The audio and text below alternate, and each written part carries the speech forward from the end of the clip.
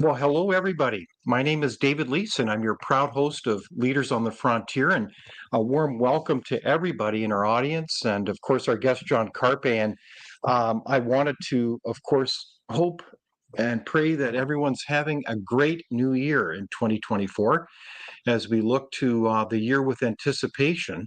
There are certainly many issues that we face in our country, and we certainly wish everyone a great new year.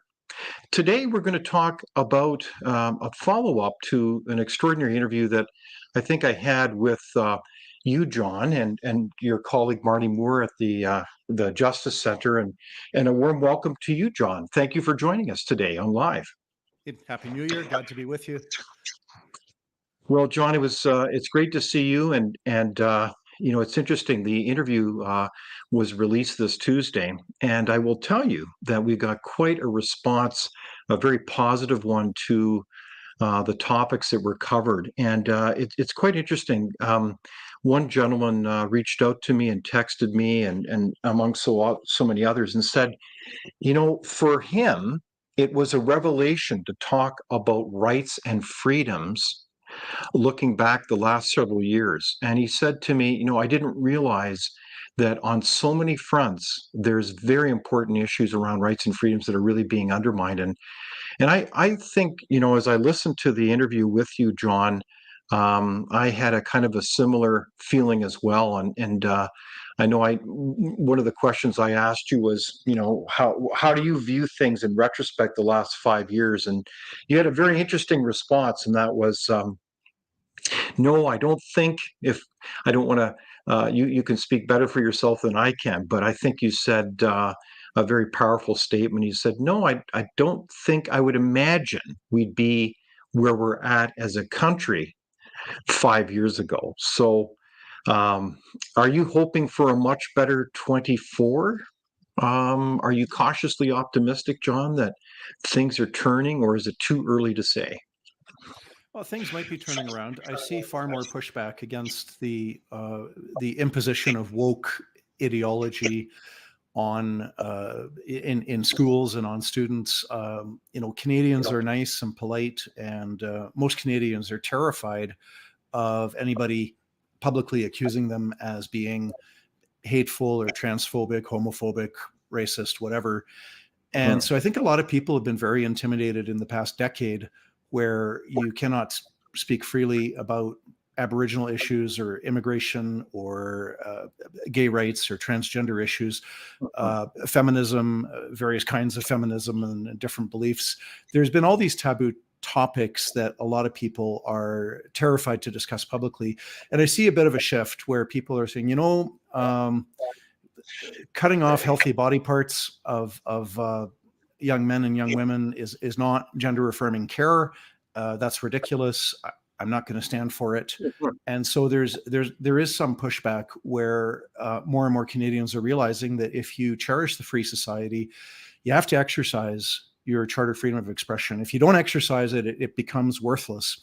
By way of analogy, it's like a muscle, right? The more you exercise your muscles, the stronger that they become. But if you spend your entire life on the couch watching TV, all of your muscles are going to slowly weaken and atrophy. So I see a bit of a turnaround, that there's more people now that they're willing to call a spade and say, no more, this is nonsense. Call me all the names you want, but I'm going to stand up for protecting our adolescents and teenagers from transgender ideology. You can call me whatever name you want in the book, but I'm going to stand up for that. And I hope that same attitude will transpose or morph into all kinds of areas of public policy, because the only way we can have good laws in this country is to have healthy debate and frank discussion about public policy. And if we don't have that, we're far less likely to end up with good laws if we don't have the healthy debate. I think you're right on. I like your powerful analogy, John. Our rights and freedoms are like our body. We need to exercise them. Otherwise, we atrophy, we lose them. So I think that's a very good analogy. And so what do you think? As I look to the audience, both on live with Twitter, X, Elon Musk would be horrified if I use that word, but on X and of course on YouTube. So a warm welcome to our audience. We'd love to hear from you. One of the things that's really been fantastic, and we've only had the live discussion the last several weeks, but the audience continues to grow in the positive feedback. So we'd love to hear from you and make sure that you subscribe to all our social media platforms and see our website.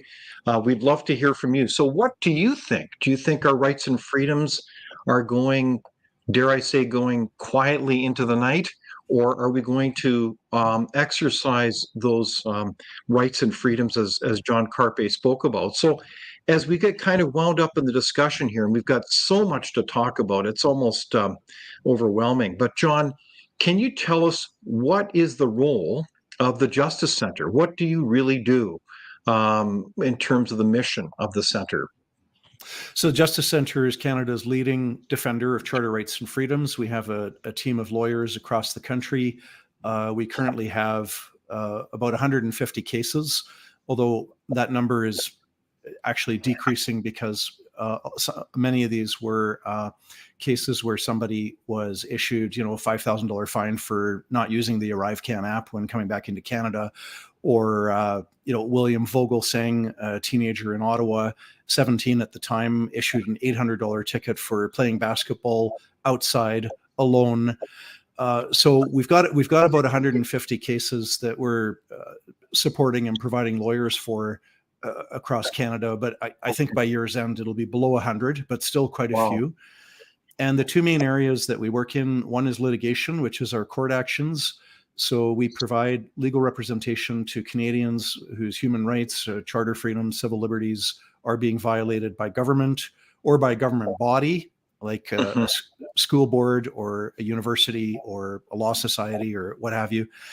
And the other big area is we educate Canadians about charter rights and freedoms.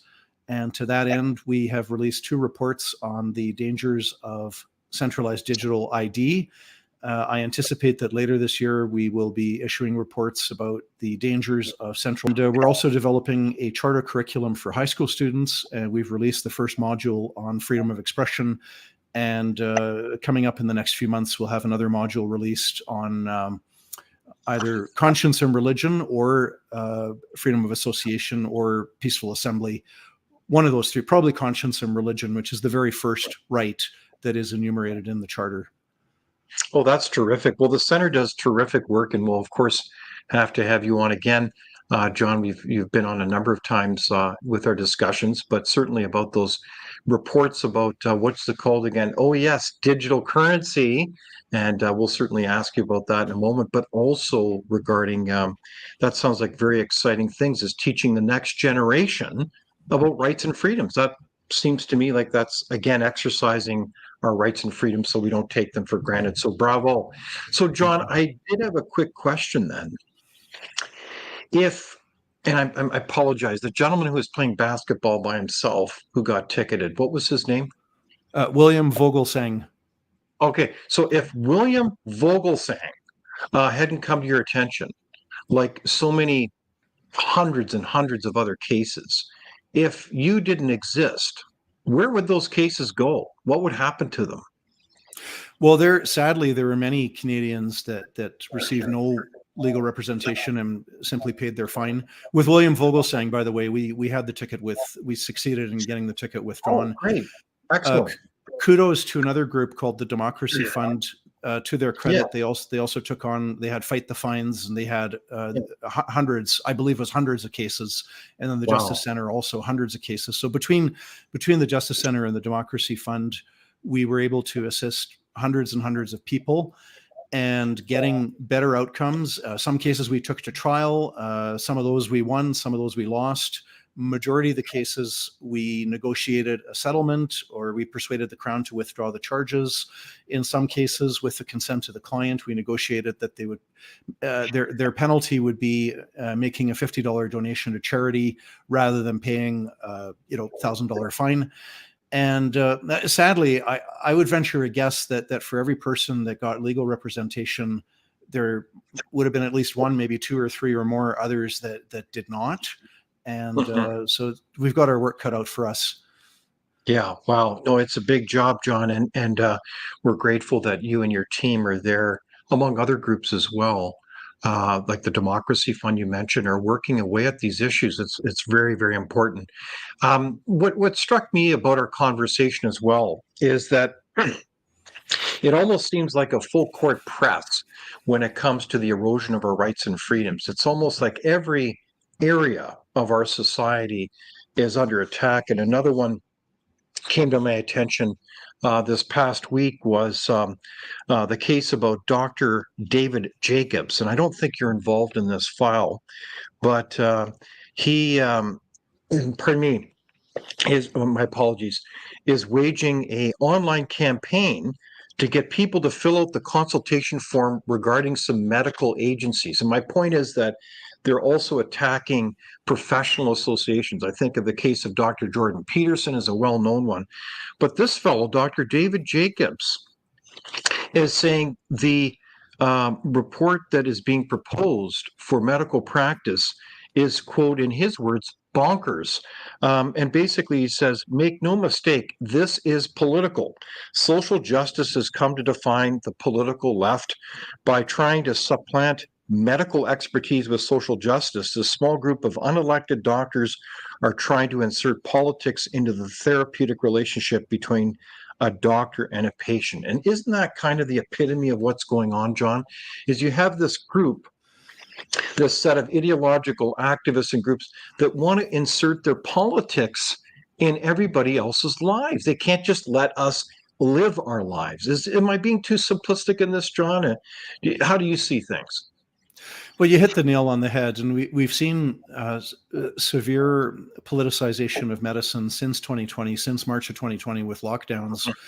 Prior to 2020, the College of Physicians and Surgeons, and there is one in every province, probably the territories as well, the College of Physicians and Surgeons focused on ethics. So, for example, it's unethical for a doctor to have sex with his patients. It's unethical for a doctor to be rude to his patients, right? So if you had a doctor that was really rude to you or kept you in the dark or, failed or refused to give you proper information, or a doctor who pressured you into getting a vaccine without giving you the full facts, all of that would be unethical pre-2020, and you could file a complaint with the college and they would they would investigate and potentially pursue disciplinary proceedings against doctors. What the College of Physicians and Surgeons did not do was insert itself into medical debates. I could probably think of a dozen examples, but I'll give you two. About a decade ago, there was a controversial new therapy for multiple sclerosis, and it was called liberation therapy. And there was an Italian doctor who developed this. And there is heated debate. Some people said it was fantastic and a high success rate. Other people said it was just useless. And other people said, oh, it's worse than useless. It's harmful. You shouldn't do it. Another example, anti-cholesterol medication. Some doctors are fans. Some doctors say, no, the side effects are worse. The cure is worse than the disease. The college did not get into medical debates until after 2020, when the college informed doctors across the colleges informed doctors across Canada. And sometimes the language was veiled, it was diplomatic, but you could clearly see the threat there. That if you, in your professional medical opinion, if you think that lockdowns are useless for stopping the spread of the virus, if that's your medical or scientific opinion, you better shut up, or you could risk losing your license. If you do not encourage your patients to take the vaccine, you could lose your license. If you yourself as a medical professional think that the vaccine is not safe and not effective, you cannot share that opinion with your patients. And so the colleges have been anti-science. Because science is predicated on the idea that we're all searching truth together and we engage in debate. So this is a serious problem in Canada, that the colleges of physicians, teachers, psychologists, associations of engineers, law societies are cracking down on speech, and they are imposing ideology, and it's extremely disconcerting. Wow. That is kind of mind-blowing, isn't it? I would never have thought we'd see the day in Canada where you have so-called professional associations weigh in with ideology. Because, I think that, you're making a very important point here, John, that there's something deeper going on here. And the laws are reflecting that kind of iceberg effect beneath the surface where you have ideologues weighing in. And I think the stunning contradiction is you really can't do science if you're not open-minded. You need to be open-minded to do science. And so physicians are, a special profession, and that their work involves science. And I think you gave in our interview that was released, and if you haven't seen it, make sure you look at it. You gave the really powerful example, and I'm trying to remember the physician who advocated hand washing of all things years ago. So let's, you were making the point that she was asserting that it's important to wash, your hands before you do surgery of all things, and that somehow she was mocked and ridiculed. So if I mean, but I would venture a guess she was not silenced by the College of Physicians and Surgeons, because that's entirely different. If people mock you and ridicule you, that, don't get me wrong, that's not the best. I'm not saying that's the scientific approach. Sure. We shouldn't mock and ridicule. We should come up with credible counter arguments. Yeah, exactly. But there's a huge difference between being the first person, the only person to come up with an idea, and the whole world says that's stupid, that's silly.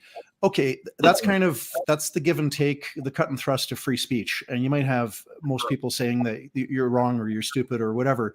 It's very different when you've got a governing body that is threatening to take away your license to practice medicine. And so this female physician, because so many women were dying after childbirth because doctors were not washing their hands. And then she said, wash your hands before you deliver a baby. And when her idea was eventually adopted, the rate of women dying after giving birth, it declined hugely. Right. Yeah. No. This is the power thing. So I mean, where the Justice Center is fighting the battle is that we will. I'll give you an example. A nurse in British Columbia, Amy Ham, has been prosecuted for 3 years. The prosecution is finally concluded, and we're now waiting for a decision. For 3 years, she's been prosecuted, subjected to disciplinary hearings for having stated publicly that there are only two genders and that women are entitled to safe female-only places like bathrooms, change rooms, locker rooms, rape crisis centers. So we're providing the lawyers for Amy Ham. And so our focus will be on fighting these professional associations, but ordinary citizens can speak up, because I do think that these associations, they have to care. They claim to be fighting for the public interest, right? The Law Society, the College of Physicians and Surgeons, they all say, "Oh, we're all about protecting the public." They will take at least some notice, maybe a lot of notice, of what average grassroots citizens are saying about their behavior. But this sounds like doublespeak to me. And if you ask, what is it, 85, 90% of Canadians, they would say, yeah, there's two genders. And, all the best to people who are maybe confused about it. Okay, fine. But that's your private business. But don't impose that ideological nonsense on the rest of us. Like, when somebody wants to see their physician, don't they want to see a physician who does their job? They don't want to meet with some kind of ideologue. It's just bizarre. And I think what you're onto, John, is a very important point, because ultimately it's these professions, and I use this word deliberately, they have a very privileged position in our society, and they've been granted that by the provinces, the respective provinces or government, to kind of self-regulate and govern themselves. But if they act like this, don't they risk losing every scrap of trust the public has in them? Sadly, yes. And I think that process has started. I think that there's still, just a guess on my part, I don't know. I think there's still a great deal of public confidence in colleges of physicians and surgeons and perhaps even law societies, but it is rapidly eroding. Another really crucial example that many people will remember is that when there were anti-lockdown protests in 2020, the medical establishment said that was a terrible risk of spreading the virus. when there were anti-racism protests with hundreds, sometimes thousands of people standing side by side, marching side by side, to my knowledge, there's not a single medical authority in Canada, neither a College of Physicians and Surgeons nor a chief medical officer in a particular province, that denounced these protests as being dangerous. So the message is loud and clear. If you're protesting outdoors against lockdowns, well, that's really dangerous. You're putting everybody's lives at risk, and shame on you. John, I don't want people to miss that. So you're saying that there are these lockdowns, and you can have a debate that made any sense whatsoever. But what happened is that they had these so-called BLM protests, right? But people said, no, from a health point of view, that's okay to go out there and do that. So it's just contradiction after contradiction here. That's your point, right? Yes, exactly. Yeah. No, it just becomes farcical. And I think they're catching on to this slowly but surely. But it's tough slugging, because you have kind of the major media players are all on the government dime. Like, how, like, have they just become Pravdas? Like, as you look at the mainstream media as I do, and I'm just shocked by the level of coverage or lack thereof around these issues. Well, Dr. Jordan Peterson, when he received from the Justice Center the George Jonas Freedom Award in June of 2023, during his remarks, he was asked about the mainstream media, how can they ever regain the trust of people? And Jordan Peterson said, they're dead. Their viewership is declining. He pointed out that the numbers, CNN was describing Joe Rogan, the podcaster, as fringe, when Joe Rogan has more listeners than CNN. Yeah. CNN includes with its viewership people walking through airports, because CNN is on TVs in airports, and they actually count those. They count those as viewership numbers. All these people at airports that are walking by a TV screen are counted as CNN viewers. So the government-funded media are dying a well-deserved death. They have not acted with integrity, especially in the last 3 years. They have not reported. The only thing they've reported on is the government narrative. They've promoted the government narrative. They have suppressed facts that a journalist with integrity would include both sides, would include miscellaneous facts, would allow the reader to make up her own mind. They haven't done that. So what I see is a growth in the Rebel and True North and the Counter Signal and the Epoch Times and the Western Standard and others. They're all growing, and fewer and fewer Canadians are listening to the CBC and other government-funded media. Yeah. And the National Post does carry quite a bit of good stuff as well. But beyond that, it's pretty slim pickings. It's kind of bizarre. And what I didn't fully realize, or I certainly know this now, but the amount of funding that the federal government does is widespread and deep. So it's not just a handful of media outlets. It's over 2,000 media outlets across Canada. So they're funding just about anything that moves.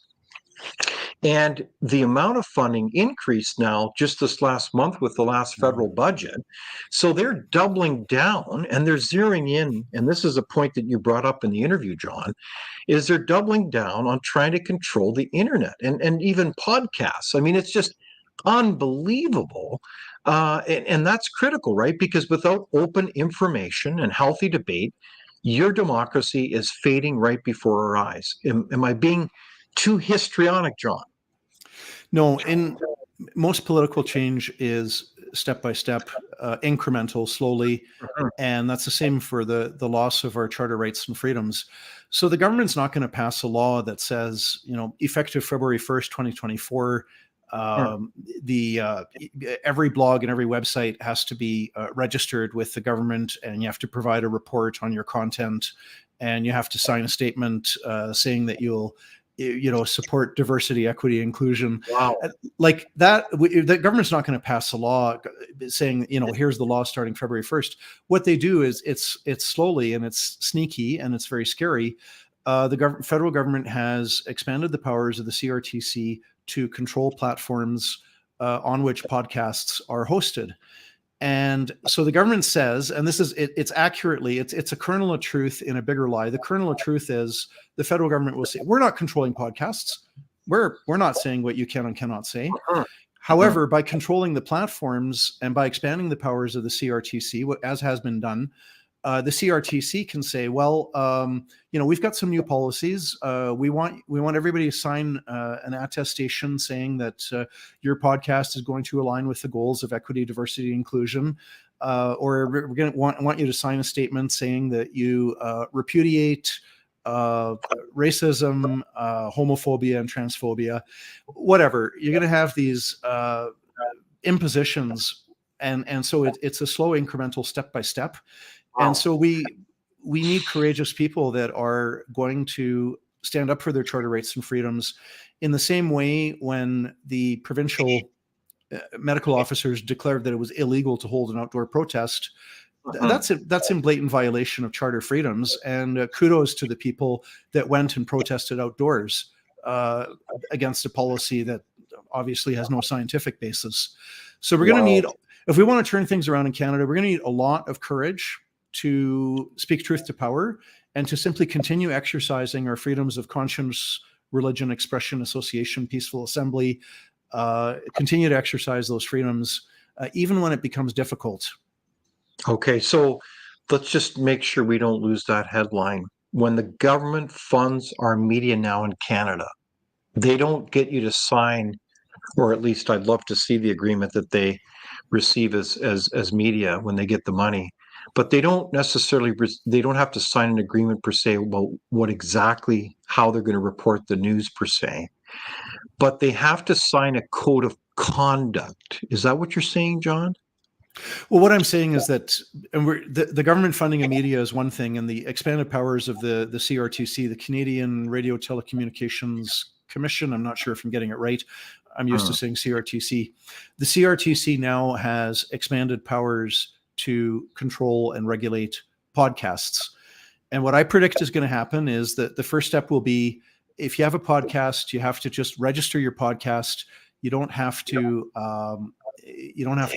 sign a statement refusing to comply with certain criteria. But then the next thing will be, well, you have to file an annual report. So not just register, but file an annual report. And then the next step after that is going to be you have to agree to have your content align with certain important Canadian values like equity, diversity, inclusion. And so it's a step-by-step process that the thin edge of the wedge, John, right? So this is what totalitarian regimes have done through all history. And that's not an understatement or overstatement, pardon me, when we look at this issue. So stay tuned on that issue. This is a very important issue, isn't it, John? So in light of this context, although we do have an independent media that is arising, so a key action is, if you're a citizen, which we all are, support them and speak up. Like, tell your elected officials, this is preposterous. Like, this funding needs to end now, doesn't it? The sooner the better. And indeed, it's easy to agree philosophically that we need to support independent media, but I would encourage our viewers and listeners, dig into your own pocket, go to The Rebel, True North, Counter Signal, Epoch Times, Western Standard, and pay $8 a month, $6 a month, $10 a month, and sign up, and give them your $50. Because that's really going to make a difference. If there's an additional 100 people today that subscribe to even one of those 5, I mean, if you can afford it, subscribe to all 5, and there's others as well. I don't mean to and don't forget this, the mothership that we're part of here is the Return to Reason lineup and the Miracle Channel and the Corco on demand thing. So I would argue that if you aren't putting some money into this, you're part of the problem, right? You really can't be neutral on this issue, can you, John? No, I think, unless you're literally living from hand to mouth and not able to put food on your table, I think there's no excuse for not, putting out $50 a year to subscribe to one of the independent media outlets. Yeah, no, well said. I have a question then, and call it the kind of maybe the fork in the roads question. We have 2024. We're at the beginning of this year. And I just want to pick up on that thread. Are you more optimistic or kind of pessimistic? Like, do you see it as a situation where it's going to be really tough to turn this situation around. And I don't mean to put you in the spot, John. I mean, you're the president of the Justice Center, but you see kind of what's going on across the country. You see a lot of these files. What is it going to get worse before it gets better? Do you have any sense of that? I always try to avoid making predictions about the future. I really don't know. The future is always surprising. Even with our court cases, we have won cases that we think that we were going to lose, and we've lost cases that we thought we were going to win. I would say there's a strong possibility that things will get worse before they get better, but we are in a privileged position. If let's compare us to modern day theocratic Iran, theocratic Saudi Arabia, China, North Korea. We could mention dozens and dozens of countries with repressive regimes, and historical examples. You've got Hitler's Germany and Stalin's Soviet Union and Mao's communist China, Pol Pot's Cambodia. In all of these repressive regimes, and ultimately, at the end of the day, it doesn't really matter. Are they fascist? Are they Nazi? Are they communist? Are they theocratic? At the end of the day, it doesn't really matter. That's more of a exterior coating. But at the core, they're all repressive regimes. We have it so easy because in other countries, if you speak out against the regime, or if you demonstrate for freedom of religion or freedom of expression, or if you try to exercise your freedom of association, you literally risk death or imprisonment, torture, etc. We're in a privileged position in Canada where, the worst thing that's going to happen to you, for most people, the worst thing that's going to happen to you is you're going to be subjected to name calling, and people will say that you're hateful and homophobic and racist and transphobic. And that's the worst. So really, we have no excuse for not exercising our freedom of expression when that is pretty much the only penalty. We're not risking imprisonment. Well, actually, I have to take that back. Sorry. Tamara Leach is an example of someone who engaged peacefully in peaceful protest in Ottawa and spent a total of 49 days in jail. Chris Barber, for whom Justice Center is providing lawyers, spent time in jail. So there was a heavy price paid by those people, and a heavy price paid in Canada by people who lost their jobs by refusing to get injected with the COVID vaccine. So there's a higher price that some people are paying, but for most people, it's not a job loss. It's just being subjected to name calling on the internet. Okay, so I don't want to put words in your mouth. It sounds like you're kind of optimistic, but you're kind of being realistic, dare I say, in terms of the heavy lifting and hard work that needs to be done here to turn things around, but it's not a given. Well, this is why I can't make a prediction, because it's in the hands of Canadians, including people watching or listening to this video cast. That it's in individuals' hands. When you're confronted, when you have an opportunity to exercise your freedom of expression, and what needs to be said, and it might not be popular, are you going to take the easy way out and remain silent, or are you going to speak up? When your employer in the workplace is violating your freedom of conscience or religion by asking you to do something that goes against your conscience, are you going to acquiesce, or are you going to stand up? So it's really up to Canadians whether things will get worse before they get better, which I think is likely. That need not be the case if people exercise their freedoms of expression, conscience, religion, association, and peaceful assembly. Right on. I have two questions. One is, if I have a case, how do I get it to the Justice Center for possible action? And then the second question is, are they making an unfair example of Chris Barber and Tamara Leach? That first question is a little bit easier. Our website, Justice Center for Constitutional Freedoms, is JCCF. So the website is www.jccf, F as in freedom.ca. And there's an icon there that says Get Help or Get Legal Help. And you click on that. And there's a form to fill out. It's private and confidential. It's reviewed by our legal team. It doesn't go any further. It doesn't go anywhere else.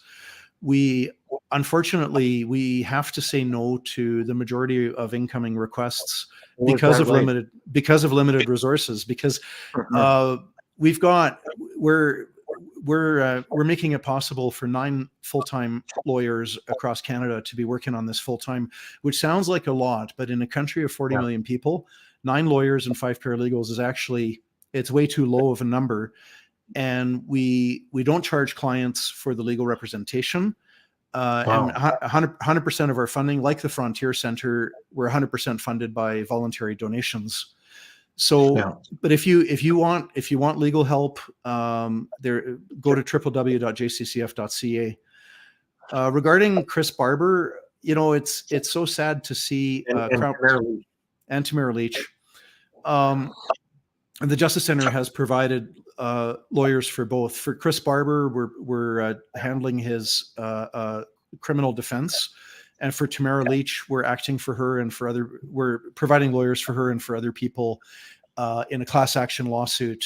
There's some Ottawa residents that want $290 million in damages over lost sleep, so we've taken that on as well. Can you repeat that, John? There's a bureaucrat in Ottawa named Zexi Lee, and she and some other downtown Ottawa residents are suing Tamara Leach and a bunch of other people over for $290 million because they lost some sleep during the truckers' protest. So unbelievable. So the question was, are they really making an unfair example of them? Like, does this, I guess the question is really, does this case have any shred of merit to it? Is it just a kind of a nothing burger? It's all for political optics. I think you've described it quite fairly. Was that right? What's really sad is that periodically you will hear Crown prosecutors in Ontario and other people will complain about how there's the Crown does not have adequate resources to ensure that people who have been charged with murder, with rape, with aggravated assault, they are not going to trial. They're walking away scot-free without a trial because the Crown does not have enough resources to see to it that these people get their trial within 30 months. Because the Supreme Court of Canada, in a decision from 2016 called R versus Jordan, the Supreme Court of Canada said that if you're charged with a serious offense, you know, murder, rape, aggravated assault, you have a charter right to a trial within 30 months. So the Crown in Ontario does not have enough resources to get people charged with sexual assault to get to trial within 30 months. At the same time, they have launched this massive trial that's gone on for weeks and weeks and weeks. 30 trial days or 32 trial days at last count, more to come in 2024. They're committing massive resources to prosecuting Chris Barber and Tamara Leach. And it's just outrageous. This is worth tens of millions of dollars they're blowing out the chute to go after people, and they have a nothing case. Is that the bottom line? Look, I don't practice criminal defense, and I'm not their lawyer, but I would say that look, my own opinion, for whatever it's worth, is the Crown does not have a strong case. Is it an absolute nothing burger? Yeah. Well, you know, there's a few straws that they can grasp at. There's a case from about 15 years ago during the G20 summit where some protesters blockaded a highway, and they were charged criminally, and they were found guilty. I forget which section of the criminal code. So there is a precedent that if a bunch of people block a highway, they could be criminally charged and convicted of a crime. Okay. But what I know from the Freedom Convoy protests in Ottawa 2 years ago was that the protesters, they probably parked their vehicles illegally, contrary to the municipal bylaws, but they did always leave. There was always one lane open for emergency vehicles. So if the Crown is trying to extrapolate, I don't know how successful they're going to be. Yeah, so we'll have to stay tuned. But, you know, in all fairness, I think one of the things that struck me about those protesters was that they worked with the city of Ottawa, the police. They had a pretty collegial relationship. This is from people I know were right on the scene, talking with it and seeing it. They were working collegially, and gosh, this is Canada. That's the way it should be. But you could still protest, you could still make your point and carry on. So I think one of the things that really bothers me about this is we talked about the politicization of professions, John, is you see these unique cabinet positions, attorney general, ministers of justice. It sounds like they're taking on a pretty political, ham-fisted approach to politicizing the law. And this is in the realm of lawfare. And this is develop, despicable realm where people use the law as a cudgel, a weapon against your political opponents. I think that's what's going on here, is it not, John? Well, sadly, yes. And another tragic example of that was the vandalism of a statue of Queen Victoria at the legislature in Winnipeg, Manitoba, Yeah, in July of exactly. 2021. It is a criminal offense to destroy or vandalize somebody else's property. If you want to Yeah. vandalize or destroy your own property, that's perfectly legal, but it's actually a crime to vandalize property. And so here we have a statue of Queen Victoria at the legislature in Manitoba, and a bunch of protesters with police standing by and watching, and everybody's recording this on YouTube. The police and the Crown prosecutors, they know who did this. And they took some ropes and chains and pulled down the statue, which, by the way, was very dangerous because it was about 6, 8, 10 feet above the ground, and a big heavy statue. Right. And it's a good thing that nobody got hurt. The statue would have killed you if it had landed on you. So, but aside from that, it was blatantly criminal conduct. And the Crown prosecutors in Manitoba said, we're not going to prosecute. Why? Yeah. Well, they didn't say why, but we all know why. It's because they were protesting for a politically correct cause. They were probably protesting against colonialism, whatever that means. And we're all supposed to believe that. And it's political. It's outrageous. It's outrageous because they're introducing a double standard of law, and shame on those prosecutors. It's just, it really makes me quite upset. Here I have another question. Have the Palestinian protesters been charged for encouraging honking and blocking bridges and roadways? I mean, that's happening all over the place. Or I could even add an addendum question of my own, and that is, there's been some 60 churches burned down across Canada, many of those on First Nation reserves. And to my knowledge, there's been no criminal actions taken against them. I mean, it just goes on and on, doesn't it, John? Well, there's certainly a double standard with the Crown in Manitoba. That one's, I know about that one. Okay. I have no knowledge as to who should be getting charged. But here's the key point. What the Charter protects is the method of protest. The Canadian Charter of Rights and Freedoms allows you to protest peacefully. It is not a license to block traffic. It's not a license to close the borders. It's not a license to blockade a highway. So it's the means. But the government should be completely content neutral. Whether you're protesting against racism, Black Lives Matter, for LGBTQ rights, against abortion, for the environment, for Israel, for the Palestinians. The content should be completely irrelevant, and the only thing that the police and the Crown prosecutor should be looking at is the behavior of the protesters. And if you're not blocking highways and obstructing traffic, if you're not vandalizing property, if you're not blockading borders, then the content, what's your cause, what's your issue, under the Charter is completely irrelevant. But sadly, we're seeing in Canada that no, actually the cause that you're protesting for is highly relevant. And if you're protesting for a cause that the government is sympathetic to, they're going to wave a blind eye, and you can break the law and you can engage in criminal conduct.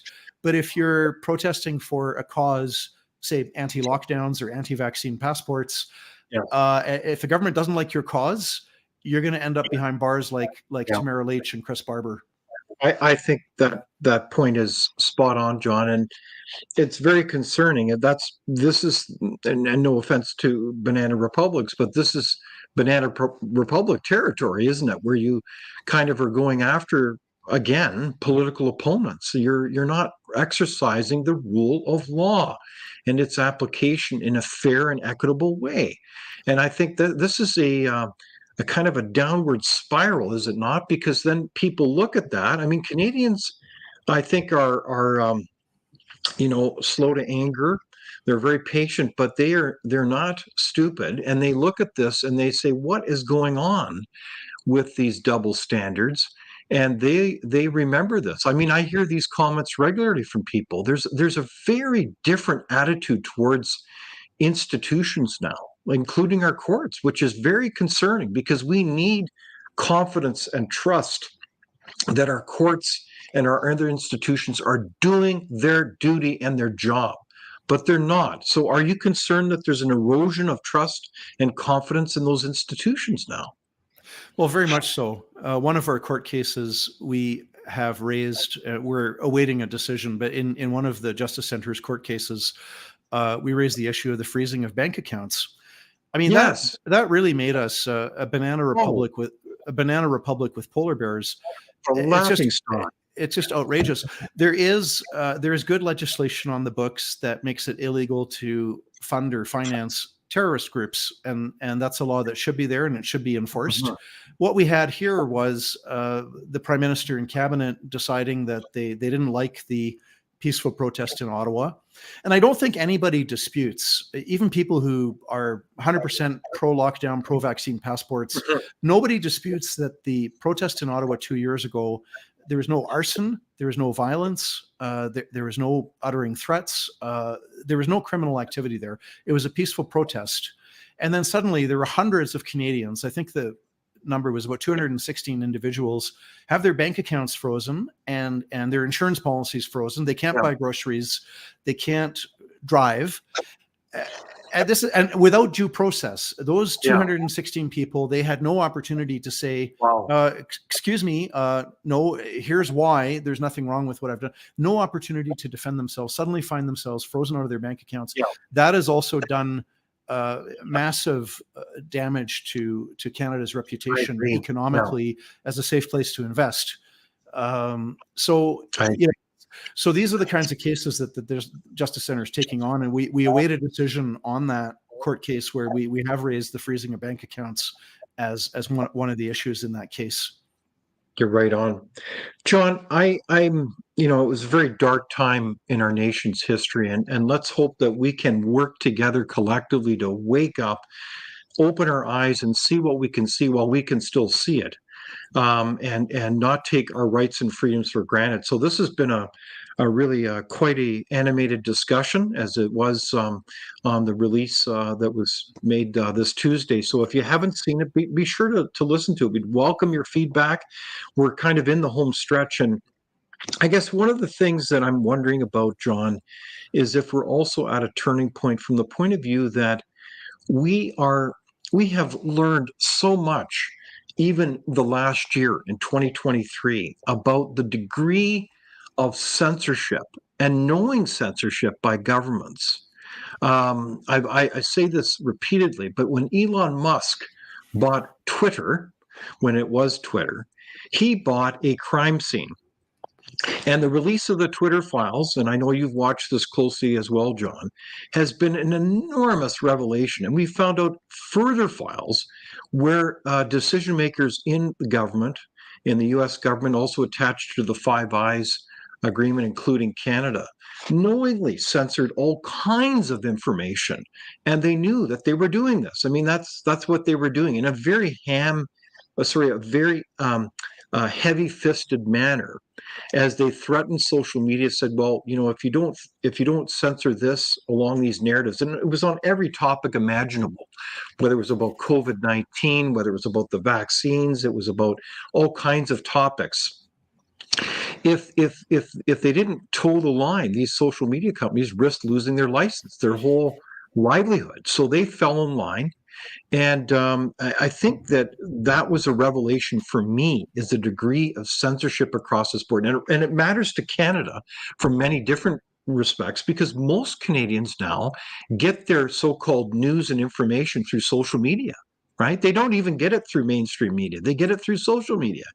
And so this was, I think, a real revelation. And one of the things, though, with that kind of research has been the release of the so-called Pfizer documents.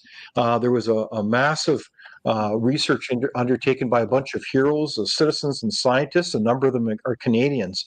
Do you think that the reality that those Pfizer documents that have been released that were suppressed by these governments is going to open up a whole new age of vaccine injury lawsuits that will just blow this whole thing to bits, John?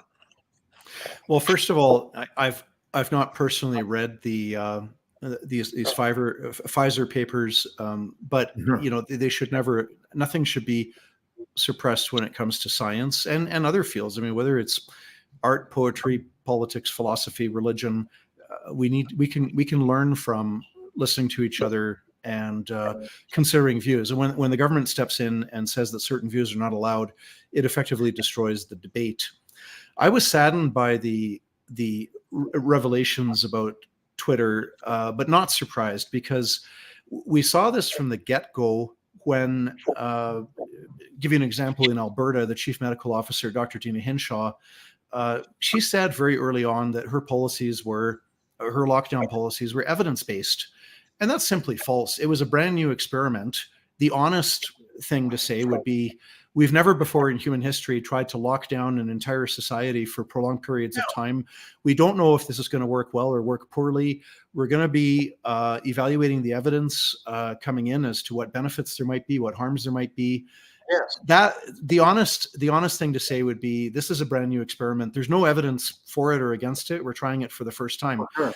But the fact that she got up, at a news conference and said that her lockdown policies were, quote, evidence-based, that's a sign of just how rotten and lacking in intellectual integrity that whole project was.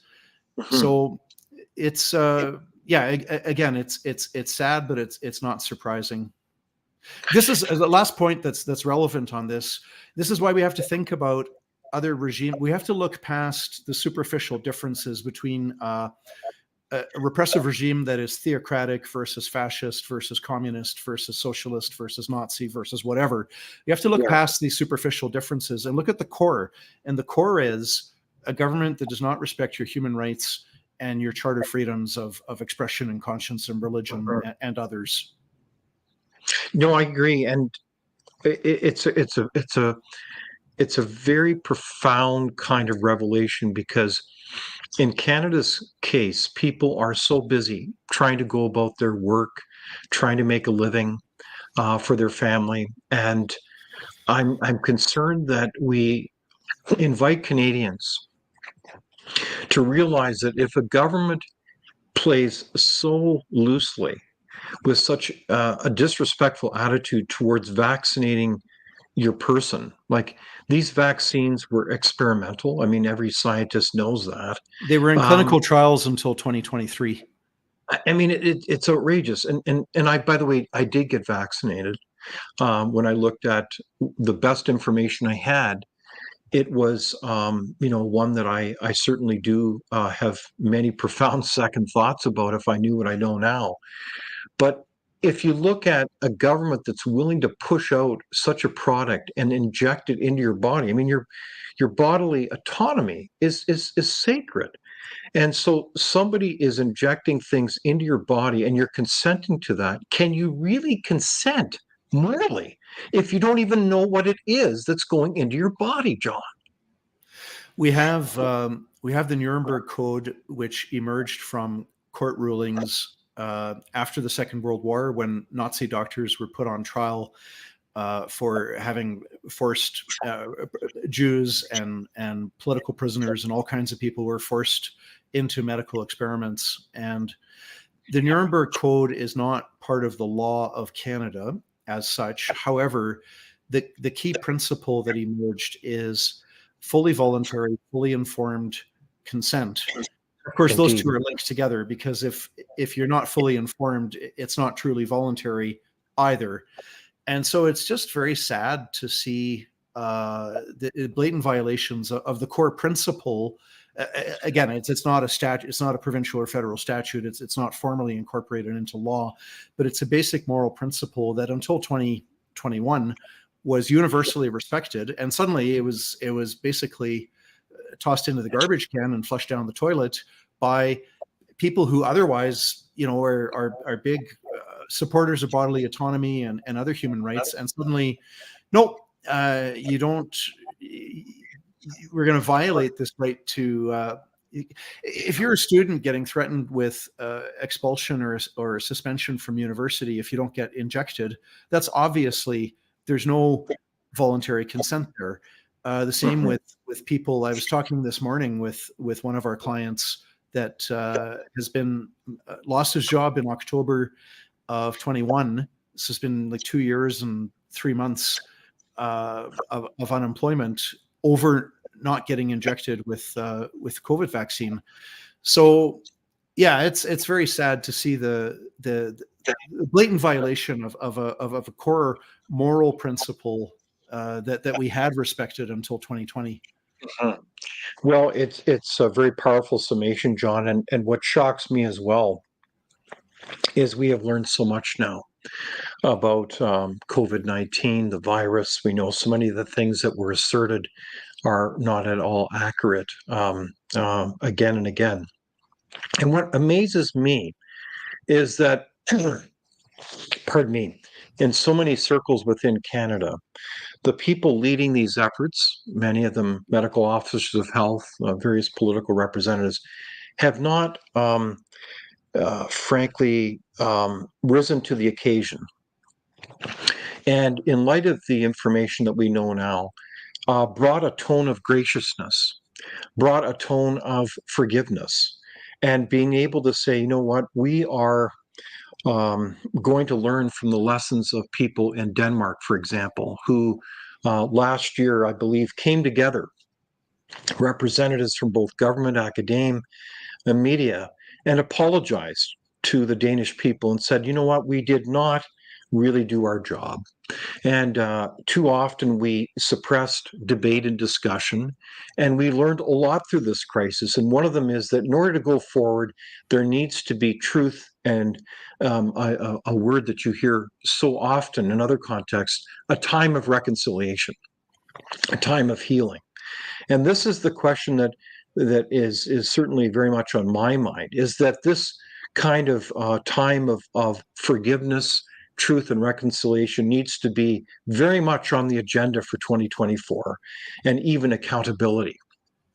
Because what was done to people's lives across this country, to even children, to lock them away from school and opportunities when their risks were virtually zero, is unconscionable. It was immoral, and this is my opinion, and I know that you would be sympathetic to that opinion as well, John. But I think that this is something that we need to be working together when it comes to the implementation of law. When these prosecutors become persecutors, our country's in trouble, is it not, John? It's very aptly put. When prosecutors become persecutors, we've got a serious problem. I think that I'm going to look up the Danish example. That fascinates me. I'd not heard about it previously, but I'm going to look that up online. But there's no harm in and there's only good that can come out of people saying, look, we look back on it and we made mistakes. And I think in some cases they were innocent mistakes on the part of people doing the best they could. But it wasn't. I hate to say this, and I don't know if this interferes with the valid goal of reconciliation. But some of these mistakes were not innocent. I saw a video clip of the Prime Minister just recently talking about how it was so important to protect children from COVID. Because children have a right to life or whatever. It's like we knew in 2020 that children were as likely to die of COVID as they were to die of lightning strikes.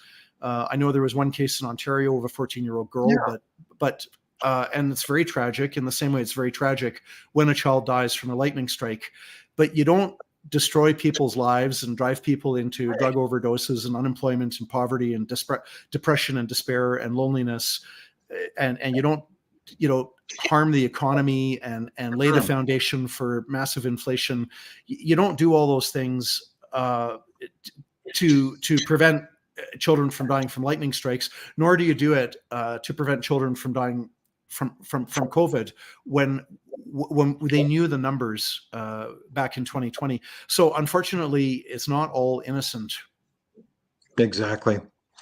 So the discussion will continue. My friend John Carpay, president of the Justice Center. It's been a very meaningful discussion today, and I want to thank you and all the incredible work that your team do every day to advocate and promote rights and freedoms. And I also want to thank our audience for joining us and for those questions, and also for the role that we all play as Canadian citizens, as we do not take rights and freedoms for granted. So we encourage you to speak up, contact your elected officials, do what you can do to promote our rights and freedoms so that Canada can be a bright place in 2024.